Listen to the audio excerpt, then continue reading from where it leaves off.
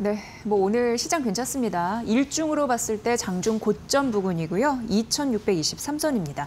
하반기에 코스피 3000 시대를 과연 열 수 있을까? 증시에 매력적인 요소가 있을까? 더 분석을 해드리도록 하겠습니다. 제 옆에 염승한 LS증권 이사 나와 계십니다. 이사님 어서 나오십시오. 네, 안녕하세요. 네. 이제 다음 주입니다. 드디어 조계대선 치러지고요.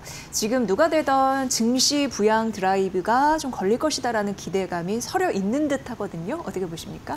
그러니까 일단 뭐 기대감은 높다고 좀 봐야 될 것 같아요. 이제 왜냐하면 지금 내수 경기가 너무 안 좋기 때문에 누가 대통령 돼도 이건 뭐 그 내수 부양은 좀 할 거다 이런 이제 내용들이 많이 나오고 있고 또 그것뿐만이 아니라 이제 정치권에서도 예전에는 이제 부동산 위주로 좀 정책을 많이 발표했는데 요즘에 나오는 게 이제 주식시장 부양 얘기를 이제 많이들 하시더라고요. 그래서 뭐 상법 개정 이슈도 있고 또 배당 분리과세 이런 것들이 만약에 이제 잘 된다면 시장 자체가 이제 레벨업 할 수 있기 때문에 상당히 좋을 것 같고요. 사실 우리나라 같은 경우 이제 부동산 쏠림 현상이 사실 뭐 세계 어느 나라에 비교해봐도 너무 극단적으로 쏠려버렸죠. 그래서 이거를 이제 양극화 좀 해소하기 위해서 자본시장으로 좀 돈을 좀 이제 그 분산시키는 그런 이제 정책들이 뭐 누가 대통령이 되든 뭐 저는 충분히 좀 이루어질 가능성이 높다고 좀 보고 있고 그래서 자본시장 밸류업 자체는 이제 일본이 10년 전부터 이걸 준비해가지고 어쨌든 좀 성과를 냈거든요. 그래서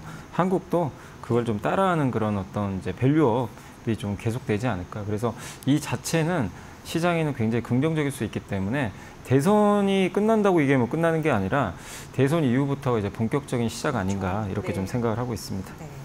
주식시장을 비롯해서 자본시장의 가치를 끌어올리는 게 우리나라에서 필요하다라는 걸 인지하고 있어서 그나마 다행이다라는 생각이 들고요. 그래서 그런지 최근 보면은 증권주의 흐름은 상대적으로 괜찮았던 것 같아요. 그걸 방증하는 그런 일련의 사례였을까요? 그러니까 이제 증권주가 강한 건 여러 이유가 있는데 물론 실적도 좋고요. 뭐 PF 문제도 많이 좀 완화됐고 또 거기에 이제 최근에 금리 인하 이슈까지 있고 근데 가장 큰 건 역시 그 상법 개정 그러니까 자본시장을 부양하겠다 이게 이제 가장 큰 이슈다 보니까 그럼 거기서 큰 역할을 할 거는 당연히 증권회사거든요. 그래서 증권주들에 대한 어떤 이제 재평가가 이루어지면서 최근에 미래에셋증권뿐만 아니라 많은 이제 증권사들 주가가 급등하는 그런 모습인데 여기에 또 이 뭐 상법 개정이라든가 이런 이제 뭐 주주 환원이라든가 이런 이제 그 시장이 좀 긍정적인 재료들이 좀 더해진다면 증권사가 할 역할들은 더 늘어날 수밖에 없고요. 실제 좀 M&A가 요즘에 좀 적대적 M&A 얘기도 좀 간간히 나오잖아요. 뭐 한진칼도 있고 근데 그런 이슈들이 앞으로는 더 많이 생길 수 있거든요. 근데 M&A 할 때 가장 중요한 게 결국 좀 자문을 해줄 수 있는 역할. 그게 이제 증권사 역할이기 때문에 긍정적이고 또 마지막으로 배당도 여전히 많이 줍니다. 뭐 증권사마다 다르지만 뭐 6, 7% 주는 이제 배당주들도 있기 때문에 그런 고배당 매력까지 좀 갖춰져서 증권주가 좀 랠리가 이어지고 있고 이게 뭐 저는 일시적인 게 아니라 좀 구조적으로 이어지지 않을까 이렇게 예상하고 있습니다. 네. 저희가 이제 하반기 증시가 괜찮을 수 있을까에 오늘 포커스를 맞췄는데 상반기 뭐 글로벌 증시도 마찬가지고요. 이거 휘청이게 했던 거는 역시 트럼프 관세 이슈가 아니었나 싶습니다. 지금도 앞서서 뉴스에서 말씀드렸다시피 트럼프 입에 달렸다라는 얘기를 하게 되는데 하반기 차츰 그런 부분이 완화됐으면 좋겠어요. 그런데 이제 오늘도 삼성전자의 스마트폰 관련해서 이슈가 있었죠. 그러니까 미국 쪽에서 공장이 없으면은 이게 좀 타격을 입을 가능성 이런 부분이 좀 있습니다. 앞으로 어떤 부분을 주목해서 우리가 봐야 될까요? 근데 이제 이유도 이제 그 주말에 관세 때린다 그러더니 또 7월 9일인가요? 그때로 유예해버렸고. 그러니까 좀 이게 답답한 게 뭐냐면 왜 굳이 저렇게 미국의 대통령이면 좀 신중하게 해야 되는데 제 기분 안 좋으면 그냥 일단 때려요. 때려놓고 그러면 그 자체가 금융시장의 불확실성을 가중시키거든요. 근데 그걸 트럼프 본인도 아는데 마치 이제 우리가 느끼기에는 저걸 마치 뭐 좀 즐기는 듯한 좀 느낌이 들어요. 그러니까 굉장히 부정적인 그런 부분인데 본인은 상관없다는 듯이 기분 안 좋으면 그냥 툭툭 SNS에 던져버립니다. 그리고 애플에 25%, 삼성한테도 25% 관세 때리겠다. 근데 한번 생각해보세요, 여러분. 그 애플의 아이폰 공장하고 삼성의 갤럭시 공장이 미국에 생산이 가능한가요? 저는 아무리 생각해도 불가능하다고 생각하거든요. 그거 오늘 그 미국의 그 유명한 애널리스트 댄 아이브스가 뭐라고 했냐면 애플의 그 생산 비중 중에 그 공급망을 10%만 미국으로 옮기면 그게 3년 걸린대요. 비용이 얼마냐면 우리나라 돈으로 40조가 넘는다고 합니다. 이게 생산 비용 엄청 늘어나네요. 그래서 사실은 트럼프는 3년 후면 이제 대통령에서 물러나야 되잖아요. 자동으로. 그러면 제가 애플 CEO에도 그냥 25% 감당하고 말 것 같아요. 이거는 뭐 선택의 문제가 아니라 미국에서 그 아이폰을 생산하는 거는 정말 10년은 걸리는 좀 예, 문제라고 예. 보고 있고, 근데 기간도 기간인데 돈이 너무 많이 들어요. 근데 뭐 삼성의 갤럭시 베트남 공장이 미국에서 지을 수 있을까요? 예. 저는 그것도 좀 불가능하기 때문에 사실 이거는 이제 어떻게 보면 좀 협상의 전략이겠죠. 그런 것들 꼭 애플 아이폰 공장이 아니라 삼성의 공장이 아니더라도 뭔가 좀 미국에 투자해라, 이런 거에 대한 좀 압박이 아닌가. 그래서 이 부분 자체는 좀 불확실성이 있지만 이미 시장에서는 이런 부분들이 실현 가능성이 높지 않다고 보기 때문에 저는 주가에 미치는 영향은 과거보다는 좀 많이 완화될 수밖에 없다, 이렇게 보고 있습니다. 뭐 트럼프 대통령이 원하는 대로 미국 시설을 지어도 원가 생산 부담이 너무 커지니까 네. 그리고 또 관세 불확실성 이런 부분이 또 어떻게 변할지 네. 모르기 때문에 예, 막상 좀 실현화되기 좀 어렵지 않나라는 부분 말씀해 주셨고요. 지금 환율도 굉장히 관심 있게 봐야 되는 이슈 중에 하나인데 1370원 선 지지력을 테스트하다가 현재 55원 더 떨어지고 있어요. 그래서 1360원까지 내려온 상황인데 원화 강세 현상이 하반기에 이어질까? 이런 흐름들에서 미국과 우리나라 협상 과정에서 원화 절상 요구도 또 많은 분들이 염두에 두시더라고요. 어떻게 봐야 될까요? 그러니까 일단 예. 원달러 환율이 왜 이렇게 강해졌을까? 환율이 이제 떨어지는 거죠. 그러니까 원화 강세가 왜 일어났는지를 분석을 하시면 아, 이게 일시적인 게 아니구나, 좀 계속 이어지겠구나, 이렇게 느끼실 수 있을 것 같고요. 일단 중국이 최근에 부양책 쓰면서 위안화가 강해집니다. 위안화 강하면 한국의 원화 항상 좀 따라다니거든요. 그게 있고 말씀하신 트럼프의 원화 강세 요구, 우리나라만 그런 게 아니라 대만 달러, 아시아 국가들한테 자꾸 이제 그 자국 통화 가치 좀 올려라. 왜냐하면 그래야 달러가 떨어지거든요. 네. 그래서 이 부분도 있고, 근데 이게 트럼프 입장에서 계속 요구할 가능성이 있어요. 그리고 우리나라 이제 다음 주면 정치 불확실성이 해소됩니다. 이제 뭐 누가 되든 간에 대선이 끝나기 때문에 불확실성 해소고요. 또 국민연금의 이제 전략적 환해지 요걸 하면서, 그러니까 국민연금이 일정 부분 그 이제 원화를 사는 부분이 있거든요. 이제 달러 자산을 팔아버려요.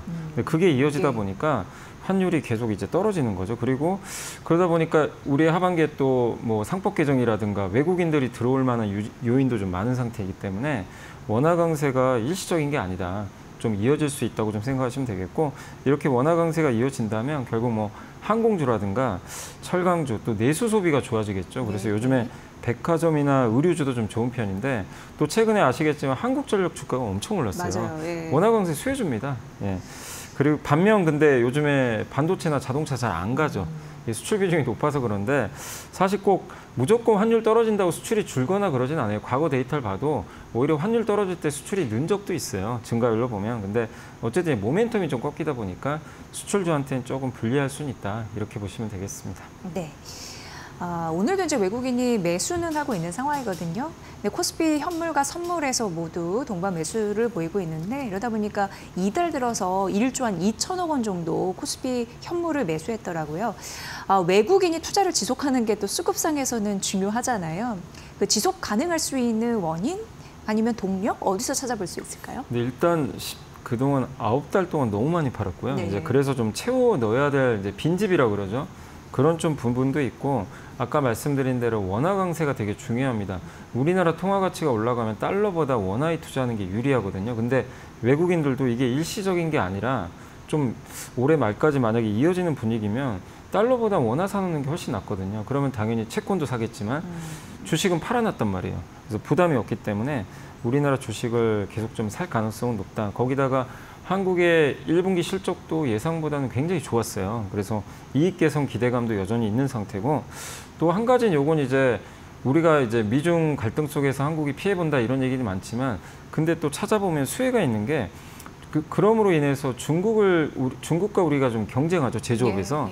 그걸 대체하는 측면에서 수혜가 좀 굉장히 높은 산업들이 있죠. 가장 대표적인 게 조선업종이잖아요. 그러니까 중국을 대체하는 제조국가로서의 한국의 매력, 이런 것들도 분명히 외국인들이 알고 있을 거고, 그리고 마지막으로 한국 뭐 저평가돼 있고 또 주주환원도 더 강화될 수 있기 때문에 이런 걸 종합하면 여기서 외국인들도 굳이 파는 것보다는 매수하는 게 더 실익이 높다고 좀 생각하지 않을까, 이렇게 생각하고 있습니다. 네.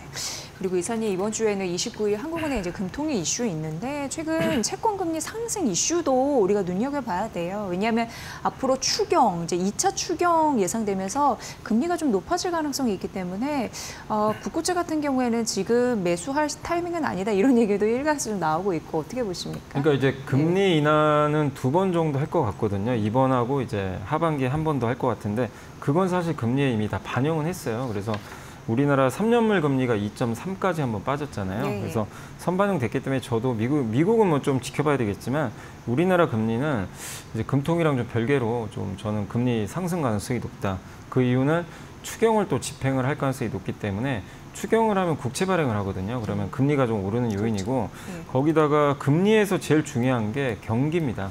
근데 우리나라 1분기 경기가 최악이었죠. 근데 방향은요, 2분기부터 돌아서요. 2, 3, 4분기로 갈수록 좋아지니까 거기다 정부가 또 적극적인 부양을 할 수 있겠죠. 그래서 적어도 일단 지금 국내 금리는 올라갈 가능성이 높기 때문에 여기서 채권 투자보다는 일단 저는 주식 투자가 더 유리하다, 이렇게 좀 생각을 하고 있습니다. 네. 자, 그럼 5월 마무리 그리고 6월 증시 이제 코앞이잖아요. 어떻게 전략을 세워볼까요? 그러니까 이게 지수가 좀 꽉 막혀 있어요. 근데 왜냐하면 삼성전자, 현대차가 가야 되거든요. 근데 이들이 못 가면 답답할 수밖에 없어요. 그러면 지수 안 가니까 그냥 가만히 있을까? 그게 아니라 오히려 이 대장주들이 안 가니까 무슨 일이 발생하죠? 그냥 종목 장세예요. 되게 화려합니다. 뭐 원전주 갔다가 건설주 갔다가 오늘 또 조선기자재 가고, 이게 돌아가면서 급등이 나오니까 여러분들이 그냥 지수는 너무 신경 쓰지 마시고 삼성전자, 현대차가 오히려 급등하면요, 그날이 이제 종목 장세가 좀 끝나버리기 때문에 좀 오히려 재미가 없을 수도 있겠죠. 그래서 지수보다 종목 장세 당분간 이어진다는 염두에 두시고 보시면 좋겠고, 그래서 두 가지로 좀 나눠보시면 좋겠고, 구조적으로 성장하는 업종, 뭐 단체급식이라든가 바이오 위탁 생산, 이번에 삼성 바이오가 좀 분할하는 것도 그 이슈고, 네. AI 소프트웨어, 뭐 조선이나 원전 기자재, 이쪽은 구조적으로 좋아질 것 같고요. 그리고 안 좋았다가 좀 턴어라운드 업종은 이제 외국인 카지노 업종, 거기다가 반도체, 이제 작년에 후공정이 좋았는데 올해는 좀 반도체 경기 좀 돌아서면서 전공정에 관련된 소부장 기업들도 좋아질 것 같아서 이런 좀 분위기 좀 염두에 두시고 한번 공부해 보시면 좋을 것 같습니다. 네, 오늘도 전략 너무 잘 들었습니다. 염승아 LS증권 이사의 분석으로 함께하셨습니다. 고맙습니다. 감사합니다.